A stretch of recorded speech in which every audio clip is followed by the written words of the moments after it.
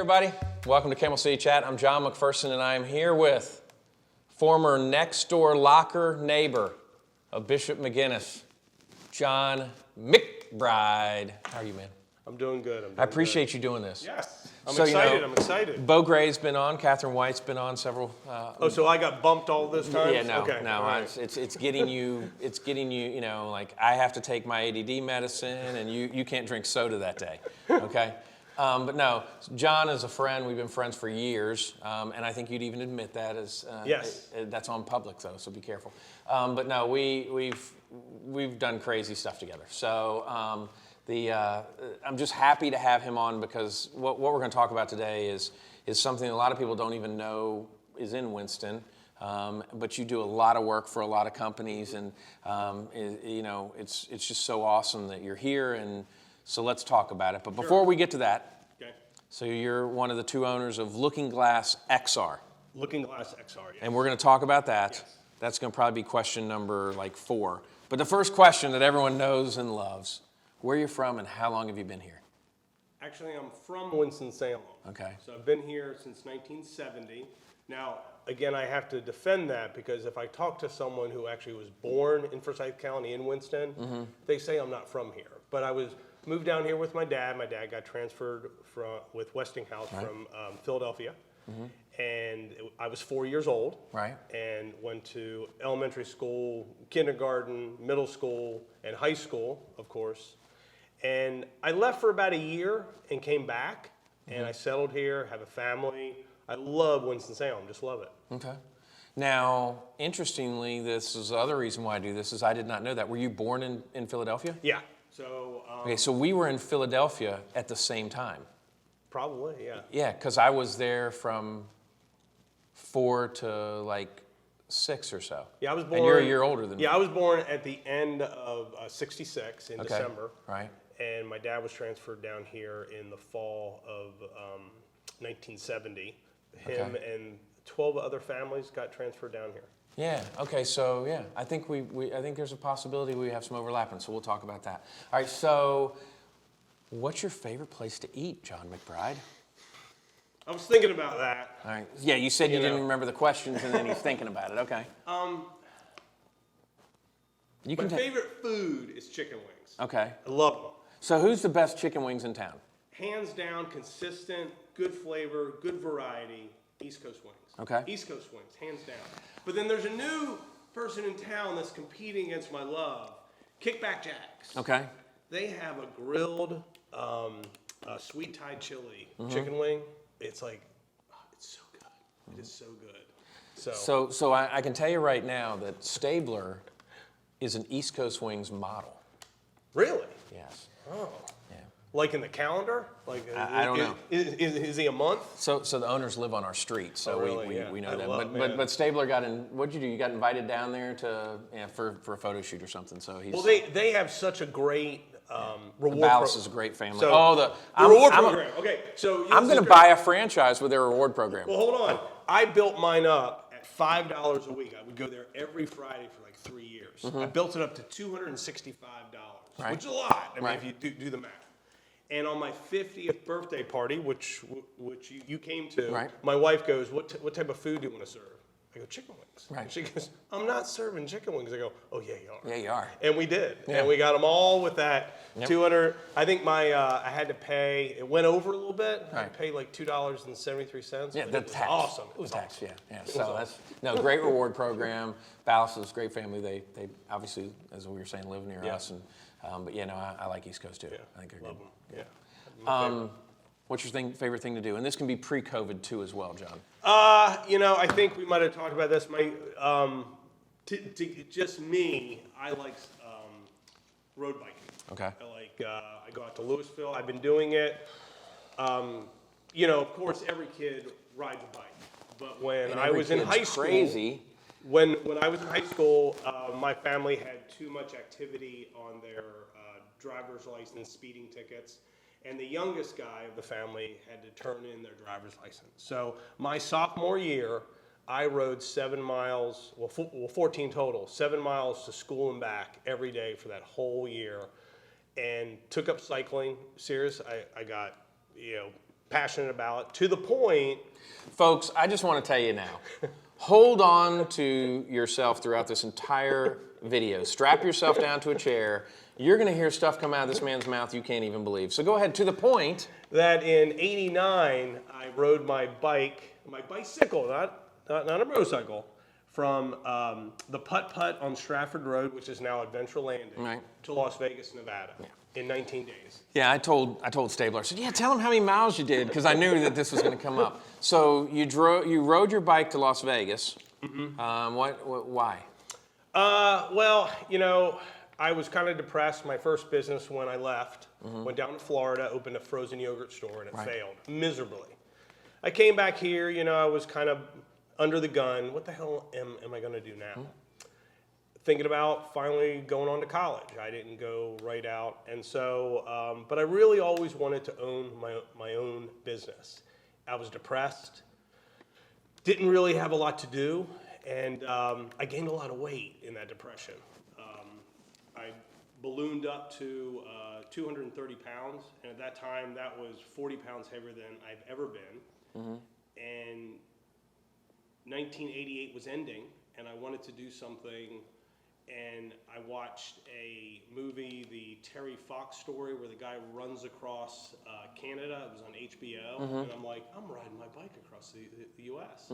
Started training January 1st of 1989, and my goal wasn't Las Vegas at first. It was to attempt to break the world record of 24-hour cycling around a circular track. I was going to do it at Bowman Gray Stadium. And what happened, they added 2 more races to their thing, and they couldn't gift me the track that weekend. So I was like, well, where else can I go? I was going to do Wake Forest. They just added the speed bumps in, so I couldn't do it there. And so what happens is I set my sights on Las Vegas. You took a gamble. I took a gamble. So you I raised money for Jerry Lewis's That's kids. what I was thinking, Yes. yeah. Right, so. I raised $5,800, and I wasn't on the main telethon. They knew that I was there. They got me on the local telethon. If you raise less than $50,000, you didn't go. You had to be either really, really special, or you had to raise a ton of money to be on the main one. So this is what I'm talking about. So with college and high school, one of the things was, you know, we both went to McGinnis. You got that time in front of your guidance counselor. And so you went down to the guidance counselor, you know, McBride. So, you know, thanks, because you were, McBride. So Tony was next, McCabe, then McMonigal. Yeah. So I was 3 behind you, fortunately. So at least probably McCabe's the one that got the worst of this. But you told the guidance counselor what when she said, where are you going to college? So yeah, so you get that one-on-one, and they were hands-on. And so they were very excited and to help every student, like what is their path? So they bring up what college, first, what do you want to do? And I went, I don't know. That's all right. But where do you want to go? And I go, nowhere. And they're like, no. I know you probably think you didn't get a good enough grades, scores, but we can help you with all that and write some letters and get some. And I went, no, you don't understand. Study for the SAT. I'm not going anywhere. Right. And she was like, well, we're going to have to call your parents. I go, well, it's just my mom. My dad passed away, and she knows already. I'm not going to waste her money. And your sister was already gone through, so they knew. Well, my sister's had, yes. Right, yeah, and so they knew what they were dealing with when they got into the McBride clan here. So, all right, so go ahead. So yeah, so she gave me a really hard time. I go, listen, I'm going to be all right. Promise me. I promise you that I will be all right. I will figure it out. I'm not going to be sleeping on the couch. I'm not going to be lazy. I want to go out there and do something, but I'm going to find something that I want to do, and I'm going to do it myself. And I've already talked to my mom about it, and in a certain amount of time, if I can't find that, then my plan B will be go to community college or go to college. Right. And that's when about 5 months later, right after graduation, frozen yogurt was really, really hot. Thought I knew what I was doing, so I bought some frozen yogurt machines and went down to Florida and opened a shop on Clearwater Beach, Florida. All right. And what happened? Well, I told you I thought I knew what I was doing. Right, yeah. I did. Okay, all right, yeah. I probably knew like 10%. All right. And about a month after, when you own a retail store, you're there, unless you've already your Chick-fil-A, you're there 7 days a week, especially in the very, very beginning. And after 30 days, I didn't want to be there anymore. I hated the place. I was climbing the walls. Right. Like my hours when I first opened was 10 to 8, and they were awesome. And then they were 11 to 8. Then they were noon to 8, except on Saturday. Right. And then that 8 started getting kicked back. I just gave up. Right. I gave up to the point 9 months later, I was 2 months behind on my rent. And if you're on any beach in Florida, just like in Myrtle Beach, your business has a season. Right. And I didn't weather the storm. Right. So when I was behind and that seasonal, when winter came, Right. that following, it was horrible. Right. And I had to get out of there. And I sold the equipment. I came back up here with a little bit of money, gave it back to my mom. Right. And I started delivering pizzas. Right. I remember that. Mm-hmm. Yeah. Waiting tables and Yeah, but pizzas. you delivered I think you were their only driver. Well, it was Domino's, wasn't it? No, it was Pizza Express. It's Pizza Express. That's right. Okay. But I mean, I think you were their only driver. It felt like it. Yeah. Yeah. So. And that's actually how I gained all the weight. So I worked there Right. every day because I everyone that I knew from high school is gone. Plus, I didn't want to call them because I had nothing great to share. Right. Who wants to share? I'm a loser. Yeah. So You weren't a loser. I worked from 10 a.m. in the morning, and Right. they closed at 2 a.m., and I worked every day for months at a time. And breakfast, pizza. Mm-hmm. Lunch, a sub. Dinner, chicken wings. And a then pizza. And a pizza. And that's it. So. So I went from a 175-pound frame to 230. So the one thing that I feel lucky about is I saw I was with you when you were ignited in your passion of computers. Yes. Yeah. I'm not going to 64. say anything that happened in our Intro to Computers classroom because I hope the statutes of limitations has run out on that. But no, I mean, you loved computers. We all had Commodore 64s. We were playing video games. We were, run this and start and all that kind of things. And it's like putting your name up on the screen and we were coding and all that stuff. And I mean, it was just such a fun time. Is that when it started for you with all things of the computer? And John's done a lot of things in the computer world, like you're going to hear about all that too. But I mean, is that when it started? A little bit before that. So before the Commodore, most schools, if they were public school, got an Apple IIc. Right. And our school, for some reason, when it opened its lab, got Commodores, and they were cheap. Yeah. So the unit before that launched that line was the VIC-20, Right. the Commodore VIC-20. My mom bought me that 2 Christmases before, 3, so I guess like seventh grade, and Right. I just coded away. Right. And I loved it. So the first day of computer class, and Mr. Corrigan, Coach Corrigan, was our teacher. I already knew more than him. Right. Like he would say something, I raise my hand and go, "That's not actually right." And who knew that a magnet would make the monitors know. bend permanently? Yeah, I know. yeah. That may have been. Those CRT screens Yeah, were yeah. not reliable. Not very close to reliable. that, They'd all no. get this big spot in the middle of them. So that was mine. I thought it was amazing. I wish I could have done more. Mm-hmm. I wish I wasn't as much of a cut up as I won that as I was then. I wish I was a little more focused because Mm-hmm. I definitely would have saw more kind of angles of how to capitalize on that. Well, jokingly, I would say you're an idea man. Because you always have crazy ideas, but you do follow through on those ideas. But Commodore 64s became, after delivering pizzas. When did you start selling computers? So that was I found an all-in-one. That was about 99 or 2000. Right. So yeah, it was a. So you'd go and you'd buy. You were able to find computers. You'd buy them, and you had different people that it's like, hey, if you'll loan me some money, I'll do this, and then you'd go sell them and then pay them back because everything was all encompassed. It was almost like the first. It wasn't all-in-one. all-in-one. Yeah. And so Found a company in Japan, Clevo, and they are an OEM, meaning they make like white label products. Right. I found an importer that would import them in at 25 to 50 units at a time. Right. And all I needed was knowing that they were coming in, Right. orders. So I started selling them. They were perfect for a bank, Right. Because instead of having the tower below on like the dusty Attorneys' floor, offices, everything like that, basically yep. it could all fit right there, and it actually could swivel the whole Right. the whole base.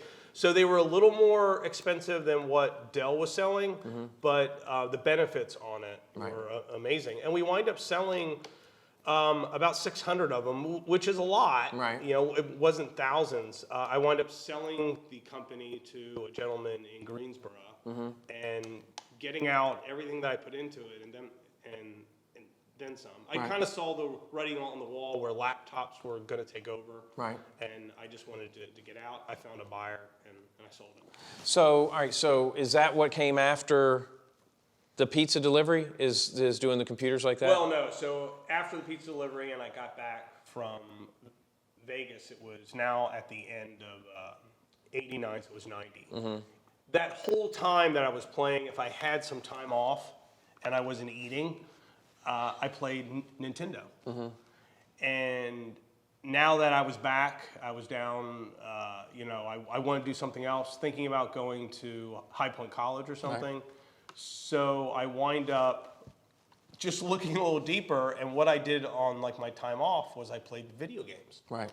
Sega Genesis came out in '89. Nintendo was getting ready to update the NES to the Super Nintendo, and I realized there needs to be a place where you can go, and it wasn't Babbage's, it wasn't Solver, et cetera, it wasn't Toys R Us or Blockbuster, a place where you could go and all they had was video games. Kind of like a player's choice. Yeah, almost a player's choice. All right, take a break on this. All right, we're going to take a quick break. I want to show you the outside of Looking Glass XR, and then we'll come back and talk a little bit more with John and hear more about Player's Choice and where that went to.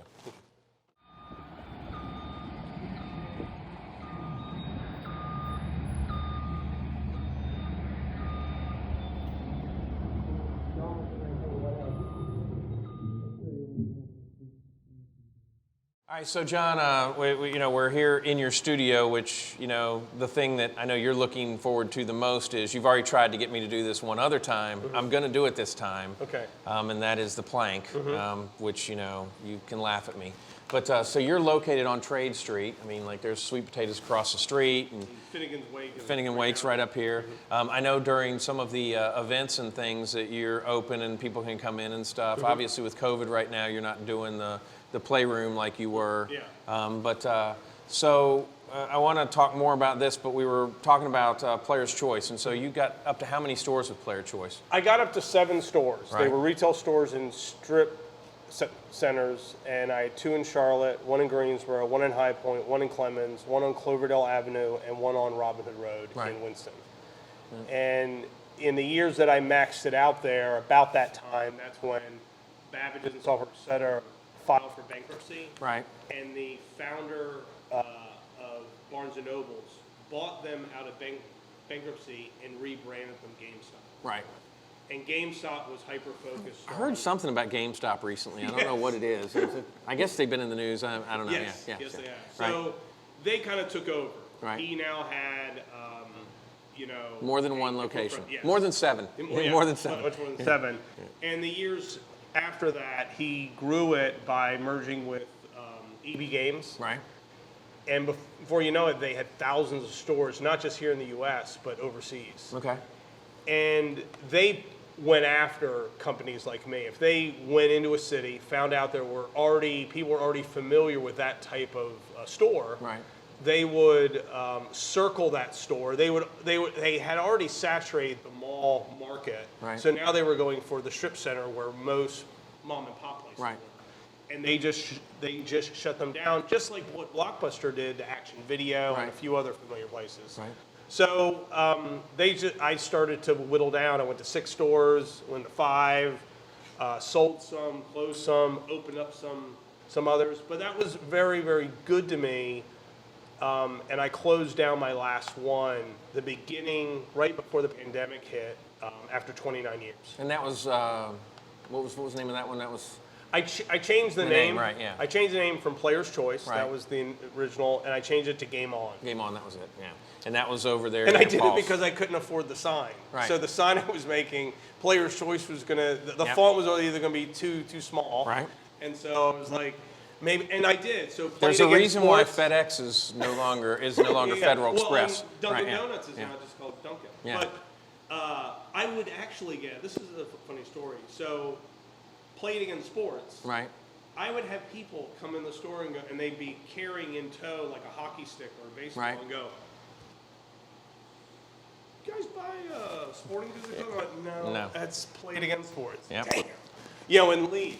And through, before you would ask Siri, "Hey, give me the phone number," you would call someone, you know, and say, "Hey, Winston-Salem, the number for Right. Play It Again Sports." They would screw up and send them to us, forward them to us. We're like, "No, that's," and we'd have the number posted right there on the monitor.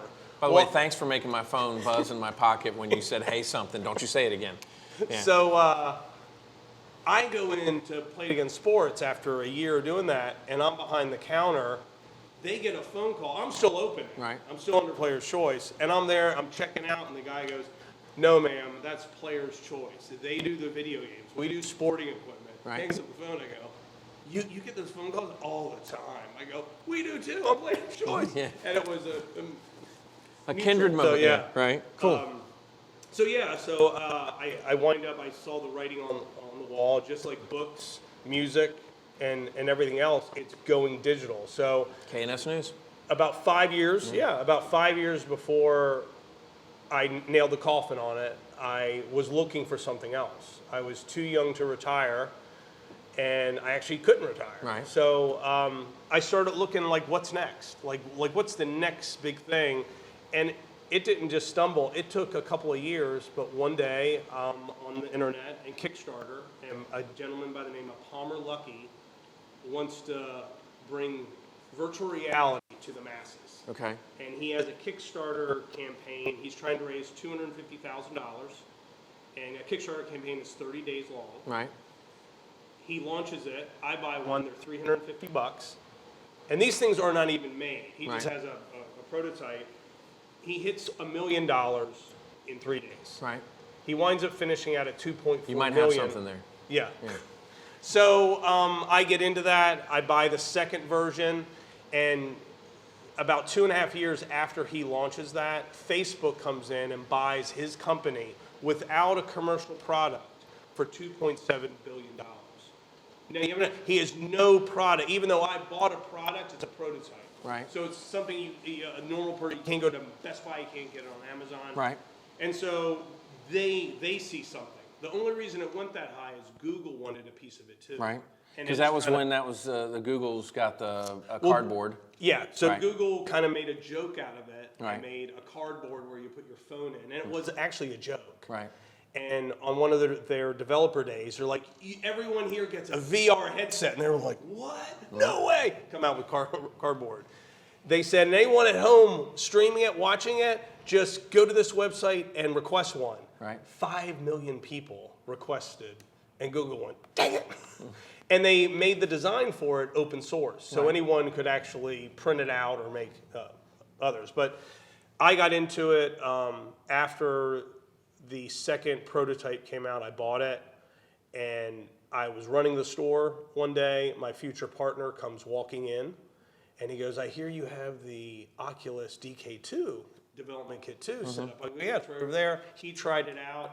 Him and I decided, to keep talking about it. And one day we fell into forming a new company in 2015, Looking Glass Services, and we were going to offer virtual. We actually didn't know what. We just wanted to get the company open. Right. So we started the company without a product, a service. That did good for the other guy. Yeah, yeah. Yeah. Right. Yes. So yeah, we started off that company in 2015, and my game store is gone. Right.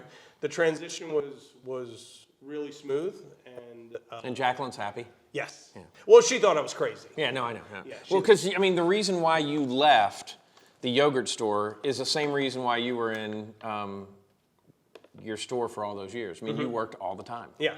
Yeah. Yeah. And so, If I wanted to talk to you, I didn't call you. I knew where you were going to be. But it's not virtual reality. No, so it's. So what is, okay, so why are we now Looking Glass, and I'm looking around the room and everybody's like, what are you just pointing at? Looking Glass XR.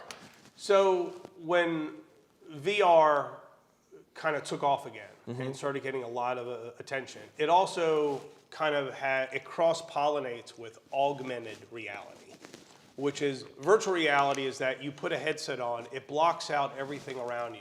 So now you're in a self-contained, generated space that really doesn't exist.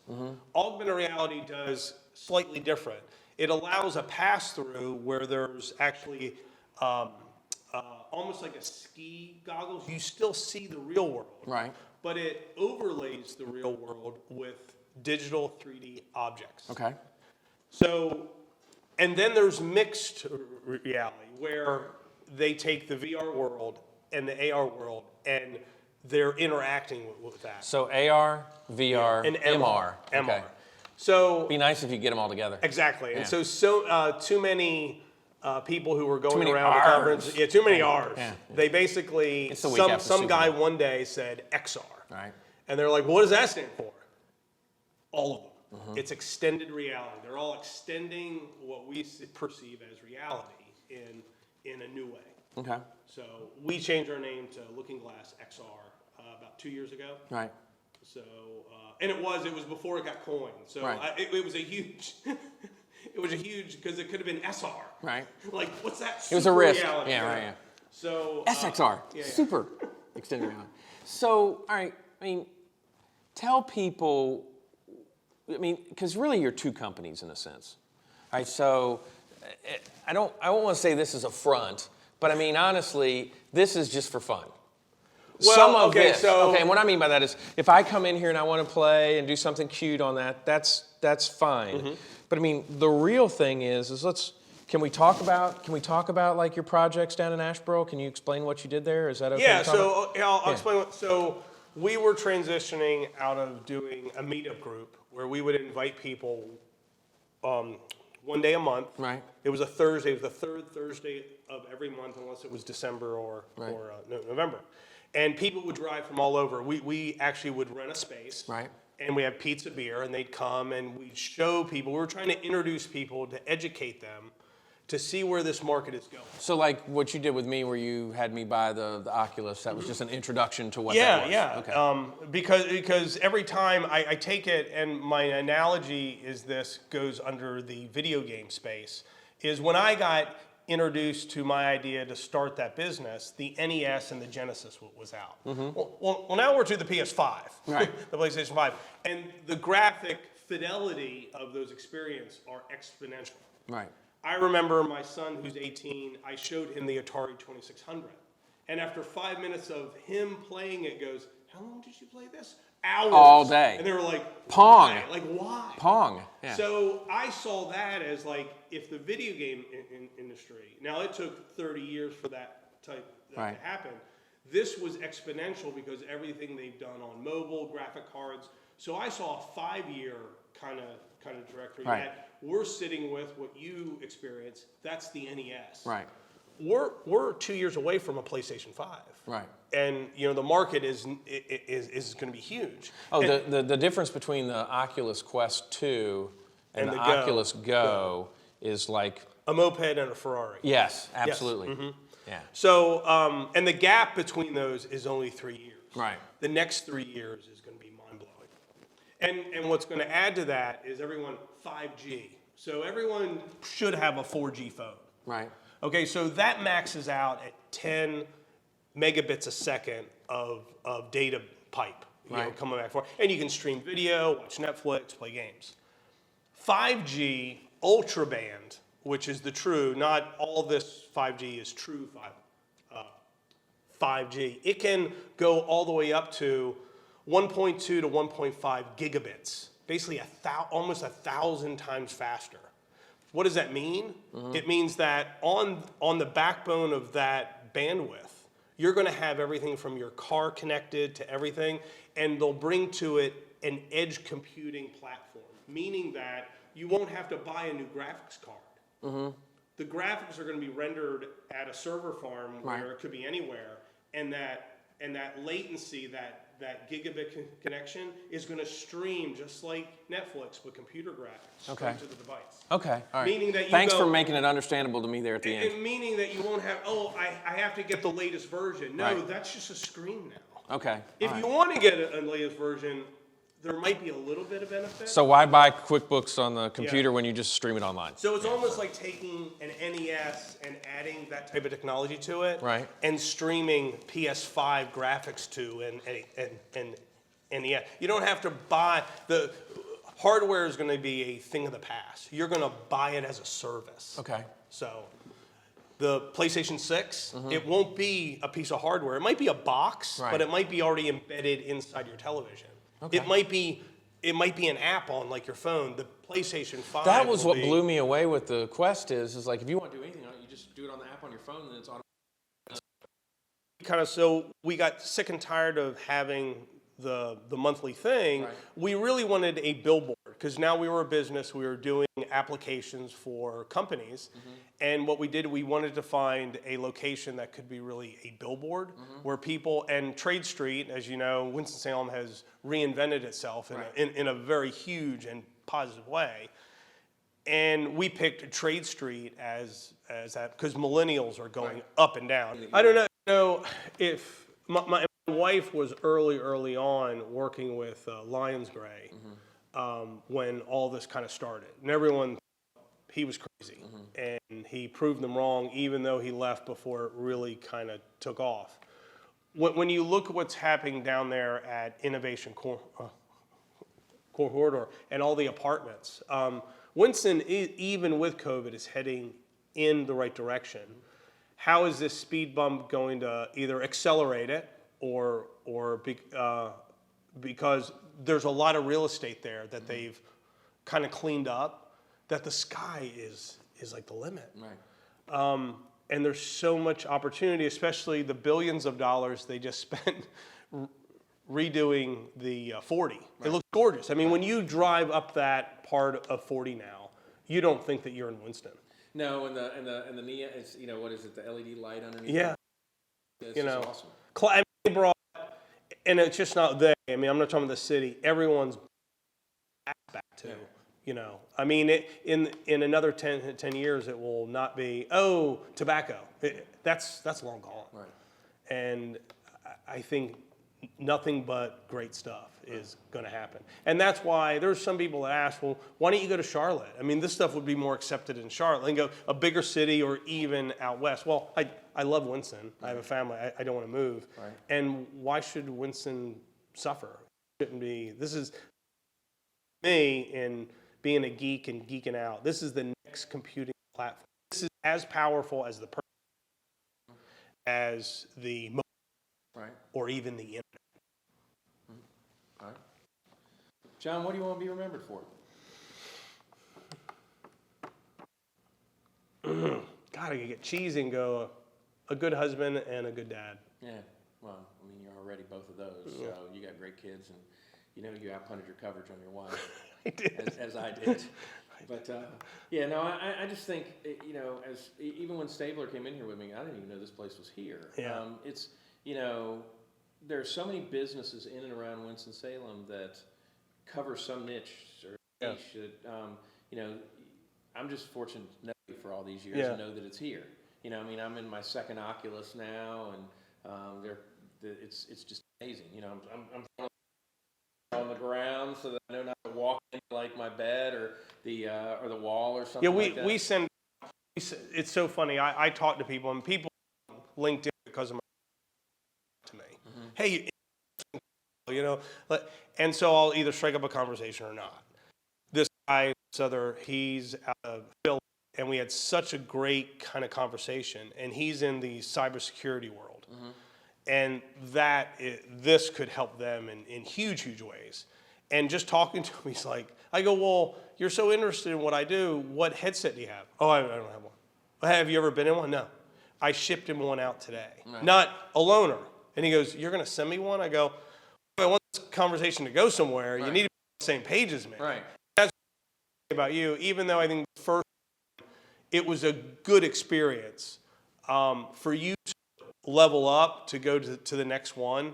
I mean, that's big. It's meaning that you've taken the bait. But yeah, and I've got, I've only got like about a week. So I need to learn what games I'm supposed to be getting, because that's more what it's about. Is besides the other fun stuff. I mean, my thing is besides my daughter, my wife, you sometimes you got to have an opportunity to do something that you're not. I don't. Well, I'm not good at the reading. number one game on it that everyone, Beat Saber. Okay, Beat Saber. Yeah, you gotta get that. And if you want to shoot some zombies, yeah, Arizona Sunshine. All right, so we'll talk about Yeah, that. yeah. All right, so folks, you need to check this out right here. LookingGlassXR.com. That's LookingGlassXR.com. Make sure that you say hello to my friend John McBride. Jeff Smith, of course. Smitty is a sponsor of this. We try to plug his place, so go to smittysnotes.com, and we'll be back next week with more Camel City Chat. Please like, subscribe, click the alert button, whatever I'm supposed to say on YouTube. We also put it on Apple. But a lot of times they go, click the Or you can do something. Somewhere in here, Stabler put in me trying to walk on a plank. The plank. With my fear of heights. So y'all take care. We'll be back next week.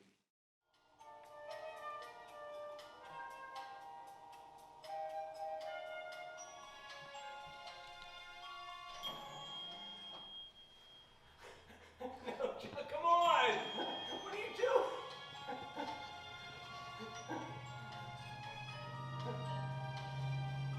There is no way I'm going out to get that dang thing, man. Come on! Man, there's no way I'm going out there. The elevator music's great. Have you ever jumped off just to see what happens? Oh yeah. What happens? You fall. No, I don't. All right.